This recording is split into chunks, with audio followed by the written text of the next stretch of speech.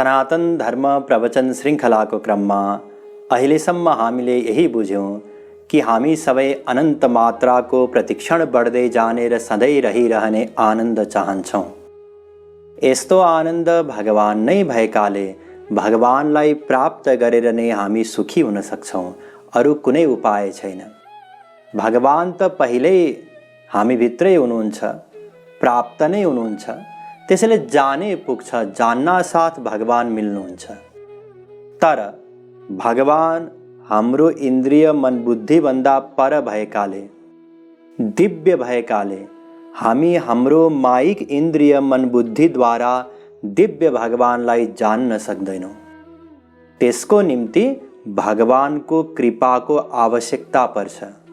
जसमाथि भगवानले कृपा गरेर आफ्नो दिव्य इन्द्रिय मन बुद्धि दिनुहुन्छ, उसैले भगवानलाई जान्न सक्छ।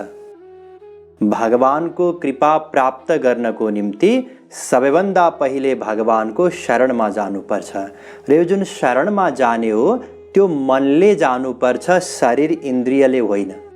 तर अहिले हाम्रो मन संसारी विषयहरूमा नै आसक्त छ। त्यसैले सर्वप्रथम संसारमा सुख छैन, भगवानमा नै सुख छ।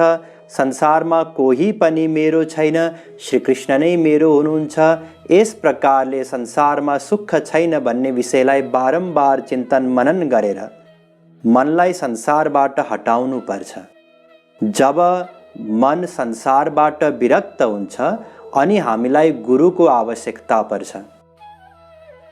गुरु श्रोत्रिय र ब्रह्मनिष्ठ हुनुपर्छ।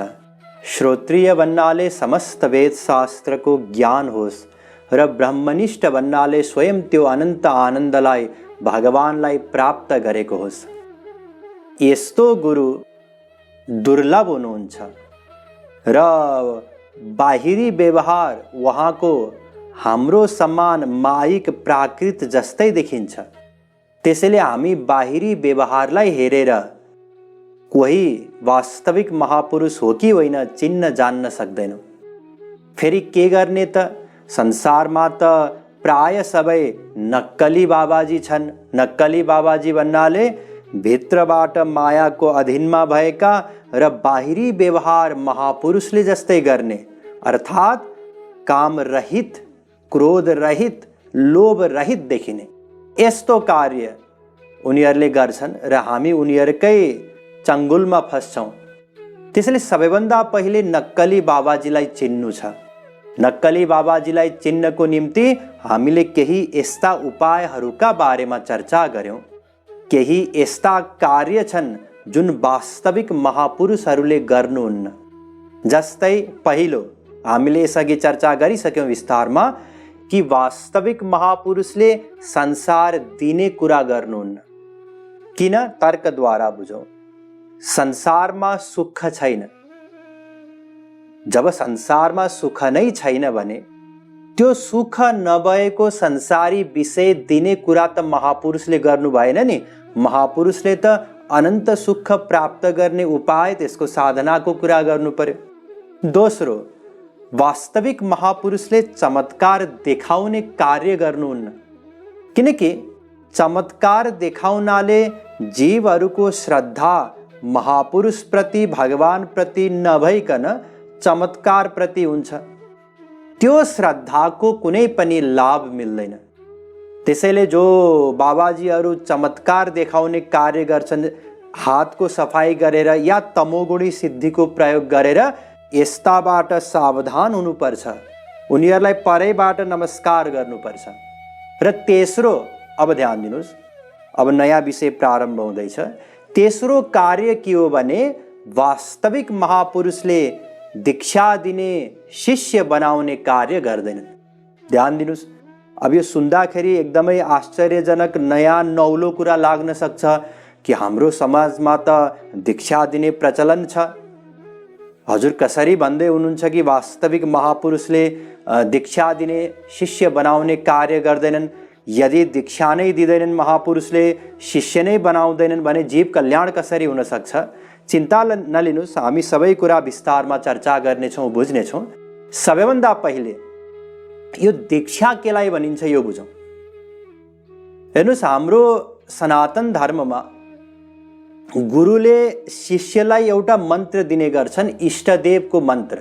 र यो मन्त्र दिने अर्थात् यो दीक्षाको यति महात्म्य छ कि शास्त्रमा बताइएको छ, ते नरः पशवो लोके किं तेषां जीवने फलम यैर्न लब्धा हरेर्दीक्षा नार्चितो वा जनार्दनः। स्कंद पुराण में बताइयो कि जसले दीक्षा प्राप्त गरेर भगवानको अर्चना गर्दैनन् ती पशु समान हुन्, उनीहरू बाँच्नु नै व्यर्थ छ। आहा, यति महत्व बताइयो दीक्षाको। ध्यान दिनुस्, महत्वपूर्ण छ दीक्षा, तर जबरजस्ती होइन। जस्तै दृष्टान्तद्वारा बुझ्नुस्, कुनै पनि व्यक्ति डाक्टरको पढाइद्वारा दीक्षित छैन भने अब उसले कसैको उपचार गर्न सक्दैन नि। त्यसैले सबैभन्दा पहिले ऊ दीक्षित हुनु पर्यो। तर यसको मतलब त जबरजस्ती कसैलाई, योग्यता नभएको व्यक्तिलाई पनि कसैले नक्कली प्रमाणपत्र दिएर दीक्षित गर्न खोज्यो भने त्यो नक्कली प्रमाणपत्र लिने दिने दुवै दोषी हुन्, दुवैलाई जेलमा हालिन्छ संसारमै पनि। त्यसैले जबरजस्ती दिँदैन। दीक्षा महत्त्वपूर्ण छ, ठीक हो, तर जबरजस्ती होइन।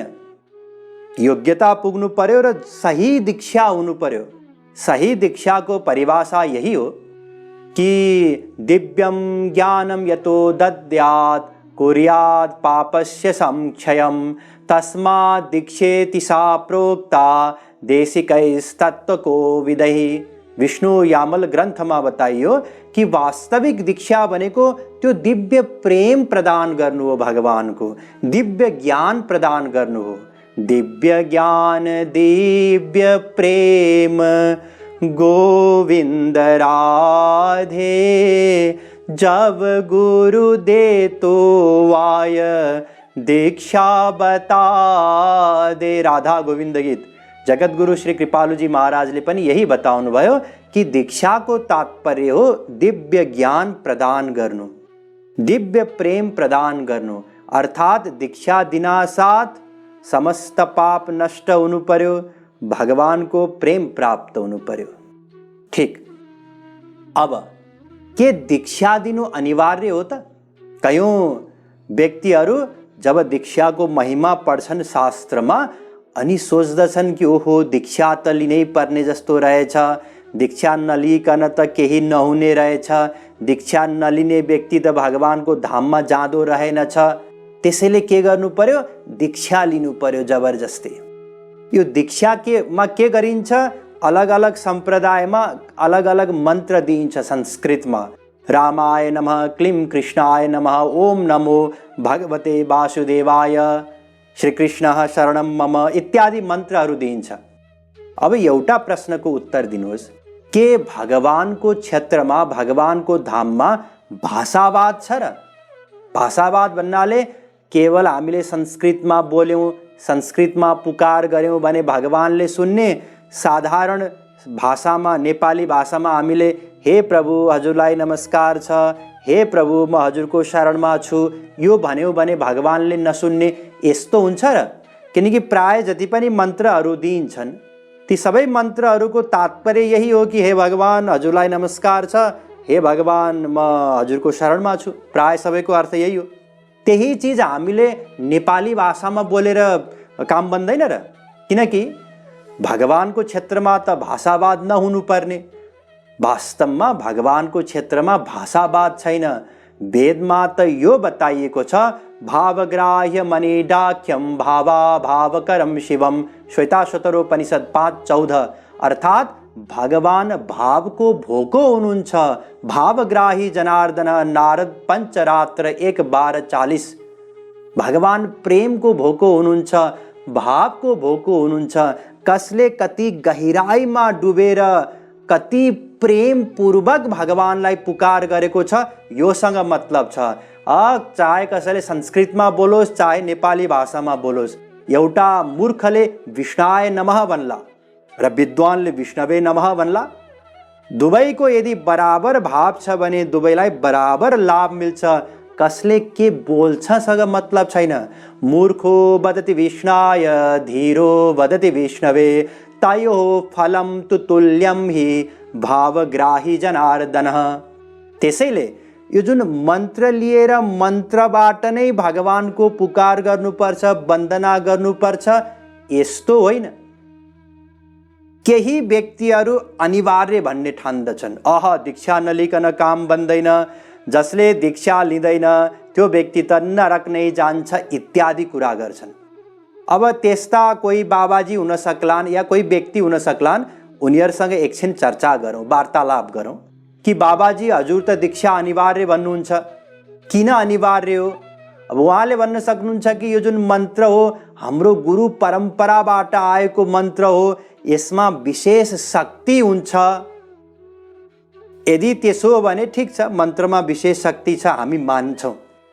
तर यो बताउनुहोस्, जुन भगवानको नाम हो, के भगवानको नाममा ती सबै शक्तिहरू जुन मन्त्रमा छन् ती शक्ति छैनन् र?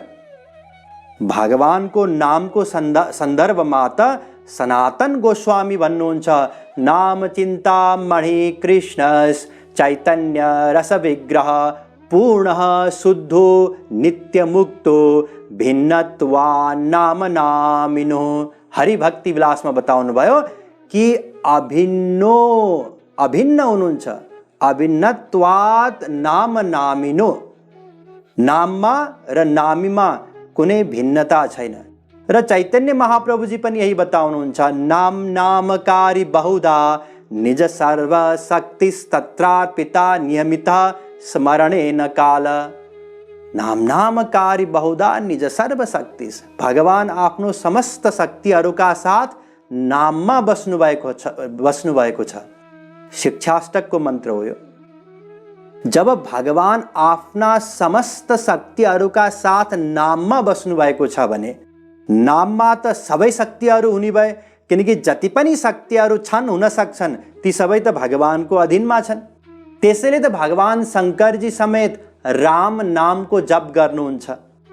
अब ती बाबाजीले स्वीकार गर्नै पर्छ, हो नाममा सबै शक्तिहरूको वास छ। अब बाबाजी अर्को कुरा पनि सुन्नुहोस्, यो जुन मन्त्र दिइन्छ दीक्षामा, दीक्षाको क्रममा, त्यो मन्त्रको पुरश्चर्या त गर्नुपर्छ नि, पर्दैन र? पर्छ। ध्यान दिनुहोस्, मन्त्र सिद्ध गर्नको निम्ति पुरश्चर्या गरिन्छ र पुरश्चरण गर्नको निम्ति नित्य अर्चना गर्नुपर्छ, नित्य मन्त्र जप गर्नुपर्छ, नित्य तर्पण दिनुपर्छ, नित्य हवन गर्नुपर्छ, नित्य ब्राह्मणहरूलाई भोजन गराउनुपर्छ। यी पाँचवटा अनुष्ठान नित्य गर्नु पर्यो, टुट्नु भएन। यसलाई भनिन्छ पुरश्चरण या पुरश्चर्या। गर्नुपर्छ कि पर्दैन बाबाजी बताउनुहोस्? उहाँले भन्नुहुन्छ कि गर्नै पर्छ। अब यो बताउनुहोस्, कलियुगमा सर्वसाधारणले के यो पुरश्चर्या गरिरहन सक्छन्? कोही कसैको घरको एउटा डेरामा, एउटा कोठामा बसिरहेको होला भाडामा, कोही कस्तो अवस्थामा छ, कोही पढ्दै होला, कोही काम गर्दै होला। उनीहरू यो सबै कसरी गर्न सक्छन् कि नित्य हवन पनि गरून्, नित्य तर्पण पनि गरून्, नित्य ब्राह्मणहरूलाई भोजन गराउन्? यो सबै गर्न सम्भव छ? छैन, सम्भव छैन। यदि कसैले दीक्षा लिएको छ भने र पुरश्चर्या गर्दैन भने त नरक जानुपर्छ। त्यसैले दीक्षा लिएको छु भनेर ढुक्क भएर बसेर हुँदैन। दीक्षा लिने व्यक्ति यदि पुरश्चर्या इत्यादि गरेनन्, त्यो मन्त्रको अवहेलना हुन जान्छ। त्यसले गर्दा उनीहरू नरक पनि जान सक्छन्। तर भगवानको नाममा दीक्षा पुरश्चर्या विधि अपेक्षा नगरे। चैतन्य महाप्रभुजीले बताउनु भयो कि दीक्षा पुरश्चर्या इत्यादि गर्नु पर्दैन। नो दीक्षाम न च सत्क्रियाम न च पुरश्चर्याम मनागिच्छते। पद्यावलीमा रूप गोस्वामीजी महाराजले बताउनु भयो कि जुन भगवानको नाम हो त्यसको निम्ति कुनै दीक्षा पुरश्चर्या इत्यादि अनिवार्य छैन। अगस्त्य संहितामा पनि यही बताइयो, विनैव दीक्षाम विपेन्द्र पुरश्चर्याम विनैवहि विनैव न्यास विधिना जप मात्रेण सिद्धिदा। अगस्त्य संहिता। अर्थात् पुरश्चर्या दीक्षा इत्यादि केही पनि गर्नु पर्दैन। त्यसैले के सजिलो रहेछ? नाम लिन सजिलो रहेछ। अब अर्को चिज पनि बताउनुहोस् बाबाजी, हजुर त मन्त्र दीक्षा या मन्त्रदान दीक्षाकै कुरा गर्दै हुनुहुन्छ। यो बताउनुहोस्, मन्त्रमा त अनन्त शक्ति हुन्छ। हजुरले नै बताउनु भयो, त्यो मन्त्र कसैले लिँदाखेरि त्यसको प्रभाव हुनुपर्छ नि, पर्छ कि पर्दैन? त्यो मन्त्रमा त शक्ति छ, शक्ति कसैले कसैलाई दिँदाखेरि त त्यसको प्रभाव हुन्छ होला। चैतन्य महाप्रभुजीलाई जब मन्त्र प्राप्त भयो तब तत्काल श्रीकृष्ण प्रेम प्रकाशित भयो उहाँमा। दीक्षा अनन्तरे कैल प्रेम प्रकाश चैतन्य चरितामृतमा उल्लेख छ। तर हामीमा त त्यो भएन। जब बाबाजीले दीक्षा दिनुभयो, बाबाजीले कानमा मन्त्र दिनुभयो, मन्त्र दिनुभन्दा पहिले जस्तो स्थिति थियो मनको, मन्त्र दिइसकेपछि त्यस्तै स्थिति छ। कुनै श्रीकृष्ण प्रेमको उद्रेक भएन, पञ्चकोश पञ्चक्लेश केही पनि समाप्त भएन। अब बताउनुहोस् बाबाजी, यो प्रभाव किन परेन? अघिसम्म त हजुर मन्त्रको खूब शक्तिको कुरा गर्दै हुनुहुन्थ्यो, त्यो प्रभाव किन परेन त? अब उहाँले भन्न सक्नुहुन्छ कि तिम्रो पात्र खराब छ, त्यसैले तिमीमाथि कुनै प्रभाव परेन। अब यो बताउनुहोस् बाबाजी, मेरो पात्र खराब हुँदा हुँदै तपाईँले मलाई मन्त्र किन दिनुभयो त? तपाईँलाई यति पनि थाहा पाउनु भएन तपाईँले कि अगाडि जो व्यक्तिलाई म मन्त्र दिन जाँदैछु त्यसको पात्र सही छ कि छैन? यस्ता जो बाबाजी हुन् ती के हुन्? नक्कली बाबाजी हुन्, जसले यो मन्त्र दिने कार्य गर्छन् योग्यता नभए पनि। हेर्नुहोस्, कलियुगमा त नक्कली बाबाजीहरू नै धेरै छन्। त्यसैले कलियुगमा यो दीक्षा परम्परामा विकृति उत्पन्न भयो। दीक्षा हुँदै नभएको होइन, हाम्रो शास्त्रमै बताइएको दीक्षा दिइन्छ पनि। भागवतमा आउनुहोस्, म भागवतबाट सम्झाउँछु। भागवतमा नारदजीले ध्रुवलाई दीक्षा दिनुभएको छ, मन्त्र दिनुभएको छ। जब ध्रुवजीले घर त्यागेर भगवानलाई प्राप्त गर्नको निम्ति हिँड्नुहुन्छ, नारदजीले बाटोमा भेट्नुहुन्छ। र अब ध्यान दिनुहोस्, मन्त्र दिनुभन्दा पहिलो काम नारदजीले ध्रुवजीको परीक्षा लिनुहुन्छ। के कसरी परीक्षा लिनुहुन्छ? सम्झाउनुहुन्छ कि बाबु तिमी घरै जाऊ, जुन बाटोबाट तिमी हिँड्न जाँदैछौ त्यो अत्यन्त दुष्कर छ, ठुला ठुला योगीहरूले पनि सफलता प्राप्त गरेका छैनन्, किन यतातिर जान्छौ? घरमै जाऊ, आनन्दसँग बस, तिमी त राजकुमार हौ। तर ध्रुवको मनमा निश्चय थियो कि भगवानलाई प्राप्त गर्नु नै छ। जब परीक्षामा उत्तीर्ण भए, अटल निश्चय थियो ध्रुवमा, यो देखियो। त्यसपछि नारदजीले के गर्नुभयो? दोस्रो कार्य वेद शास्त्रको सार सम्झाउनु भयो। पहिला भगवान वासुदेवस्तं भजतं प्रवणात्मना, भागवत 4:8-40 सम्झाउनु भयो कि केवल भगवानको भजन द्वारा नै, भक्ति द्वारा नै कल्याण हुन सक्छ। त्यसपछि नारदजीले बताउनु भयो कि धर्मार्थ काम मोक्षाख्यम यच्छेच्छेयात्मनः एकम हेव हरेस्तत्र कारणम पादसेवनम, भागवत 4:8-41।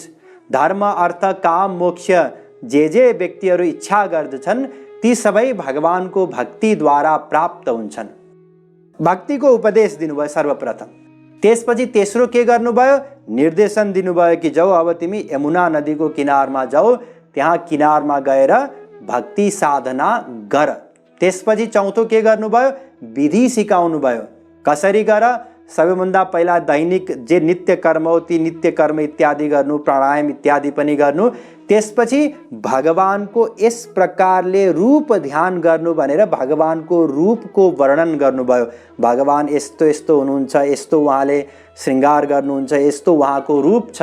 त्यो रूपको बारेमा जब उहाँले वर्णन गर्नुभयो अनि भन्नुभयो कि भगवानको रूपको ध्यान गर्दा गर्दा तिम्रो चित्त स्थिर हुन्छ, अनि एवं भगवतो रूपम सुभद्रम ध्यायतो मनः निर्वृत्या परया तूर्णम सम्पन्नम न निवर्तते, भागवत 4:8-52। त्यसपछि तिम्रो मन भगवानमा निमग्न हुन्छ, तल्लीन हुन्छ, डुब्छ, फेरि त्यहाँबाट फर्केर आउनु पर्दैन। यो सबै सम्झाउनु भयो। ध्यान दिनुहोस्, परीक्षा लिनुभयो, भक्तिको सिद्धान्त सम्झाउनु भयो, त्यसपछि कहाँ गएर भक्ति गर्ने सम्झाउनु भयो, त्यसपछि फेरि सबै रूप ध्यान कसरी गर्ने बताउनु भयो। त्यसपछि बल्ल नारदजीले मन्त्र दिनुभयो, ओम नमो भगवते वासुदेवाय, भागवत 4:8-54। यति सबै गरिसकेपछि दिनुभयो। अब मन्त्र दिएको प्रसङ्ग इत्यादि पढ्छन् सुन्छन् अनि हिजो आज के हुन्छ त्यसको विकृति हुन्छ। जस्तै केही चर्चा गरौँ। पहिलो त सुरुमै मन्त्र दिइन्छ। कयौं बाबाजी यस्ता हुन्छन् जानासाथ सकेसम्म मन्त्र दिइहाल्छन्। देवर्षि नारदजीले त प्रारम्भमा नै दिनु भएन। मन्त्र दिने र मन्त्र लिने यी दुवैमा योग्यता हुनुपर्छ। हामी पछि चर्चा गर्नेछौँ। त्यो योग्यता होस् नहोस् केही मतलब छैन, आउना साथ मन्त्र दिइन्छ। दोस्रो, हजारौं व्यक्तिहरूलाई एकै पटक माइकद्वारा मन्त्र दिइन्छ। गुरु पूर्णिमाको उत्सवमा अथवा एकादशीको दिन अथवा कुनै पर्वको दिन सबजनालाई जम्मा पाएर एक साथ मन्त्र दिइन्छ। र जो मन्त्र दिने गुरु हुन् नक्कली बाबाजी, उनलाई शिष्यहरूको नामसम्म पनि थाहा छैन। कसको नाम के हो, कहाँको हो, के गर्छ, कुनै चिजसँग मतलबै छैन, केवल मन्त्र दिनुसँग मतलब छ। तेस्रो, यस्तो होड छ दीक्षा दिन, शिष्य बनाउन बाबाजीहरूको यस्तो होड छ कि भर्खरै जन्मेको 12 दिनको 15 दिनको बच्चालाई समेत उनीहरूको कान फुक्छन्, मन्त्र दिन्छन्। किन? ताकि अब त मेरो भइहाल्यो यो शिष्य, अब अन्त जाँदैन, अब यही आउँछ। चौथो, जो मन्त्र लिएका हुन् साधक, ती झन्झन संसारमा आसक्त हुँदै जान्छन्। पहिले मन्त्र लिँदाखेरि सानै थिए, बालक नै थिए, काम क्रोध लोभ मोह कम थियो। जति जति बढ्दै गए काम क्रोध लोभ मोह बढ्दै गयो, विवाह भयो, बच्चाहरू भए, संसारमा नै उल्झिए। उत्थान हुनको साटो पतन भयो। र जो नक्कली बाबाजी हुन् जसले मन्त्र दिएका थिए, उनले मार्गदर्शन दिने, उनीहरूको आध्यात्मिक उत्थान गर्ने, यी सबै चिजसँग उनीहरूलाई केही मतलबै छैन। केसँग मतलब छ? धन कमाउनुसँग मतलब छ, प्रतिष्ठासँग मतलब छ। यी सबै विकृतिहरू हुन्। त्यसैले यो जुन दीक्षा दिने व्यक्ति, जसले योग्यता नभइकन दीक्षा दिए र दीक्षा लिने व्यक्ति, यी दुवै कहाँ जान्छन्? नरक जान्छन्। गुरुजीले त भन्दै हुनुहुन्थ्यो कि वैकुण्ठमा भेट हुन्छ। अब मैले मन्त्र दिइसकेँ, दीक्षित भइसक्यो, दीक्षितहरू वैकुण्ठ जान्छन्? जाँदैनन्। भेट त दुवैजनाको हुन्छ, गुरु र शिष्यको, तर कहाँ भेट हुन्छ? नरकमा भेट हुन्छ। त्यसैले ध्यान दिनुहोस्, यो नसोच्नुहोस् कि म त दीक्षित छु, म त अब वैकुण्ठ जान्छु। होइन, दीक्षित भएका अधिकांश सबै नरक नै जान्छन्। किन? एक त योग्यता नभइकन दीक्षा प्राप्त गरे, दीक्षा प्राप्त गरिसकेपछि पुरश्चर्या इत्यादि केही पनि गरेनन्।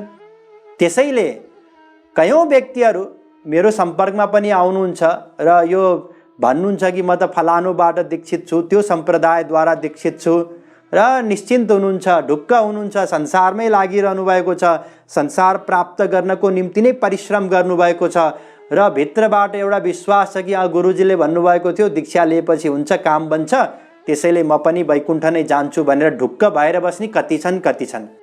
त्यसैले दीक्षित हुँदैमा कुनै ग्यारेन्टी छैन। दीक्षित या मन्त्र लिनाले व्यक्तिहरू, आम व्यक्तिहरू प्राय सबै नरक पनि जान्छन्। अस्तु, यदि हामी कहीँ गयौँ, देख्यौँ कि यहाँ त सुरुमै मन्त्र दिने कुरा हुँदैछ भने अब हामी चिन्न सक्छौँ यी नक्कली बाबाजी हुन्। वास्तविक महापुरुषले यो सबै विकृतिलाई देखेर, सब आडम्बरलाई देखेर यो दीक्षा दिने कार्य गर्नुहुन्न। उहाँले के गर्नुहुन्छ? सबैभन्दा पहिले तत्त्वज्ञान दिनुहुन्छ, जसरी नारदजीले दिनुभयो। सम्झाउनुहुन्छ, म को हुँ, मेरो को हो, म के चाहन्छु, भगवानसँग के नाता छ, के सम्बन्ध छ, के स्वार्थ छ, कसरी भगवानलाई प्राप्त गर्न सकिन्छ, कसरी भगवानको शरणमा जान सकिन्छ, त्यो सबै सम्झाउनुहुन्छ। साधना गर्ने उपाय दिनुहुन्छ र त्यो उपाय बताउने क्रममा हुनसक्छ पात्र हेरेर मन्त्र पनि दिन सक्नुहुन्छ कि मन्त्र जप गरेर साधना गर, अथवा अहिलेको कलियुगमा नाम जप अथवा नाम संकीर्तनकै उपदेश प्राय सबै वास्तविक महापुरुषहरूले दिनुहुन्छ। किनकि मन्त्रको पुरश्चर्या इत्यादि कलियुगमा गर्न सम्भव छैन। अस्तु, जो बाबाजीले दीक्षा दिइरहेका छन् ती बाबाजीदेखि सावधान। ती नक्कली बाबाजी हुन् र त्यस्तो बाबाजीकोमा गएर दीक्षा लिने व्यक्तिहरू उनीहरू पनि नरक नै जान्छन्। अझै कयौं चिजहरू हामी चर्चा गर्नेछौँ र नक्कली बाबाजीलाई कसरी चिन्न सकिन्छ त्यसको समाधान गर्नेछौँ। अनि त्यसपछि वास्तविक महापुरुषलाई कसरी चिन्न सकिन्छ त्यसको बारेमा पनि चर्चा गरिनेछ, तर आज होइन, भोलि। वृन्दावन बिहारी लाल की जय।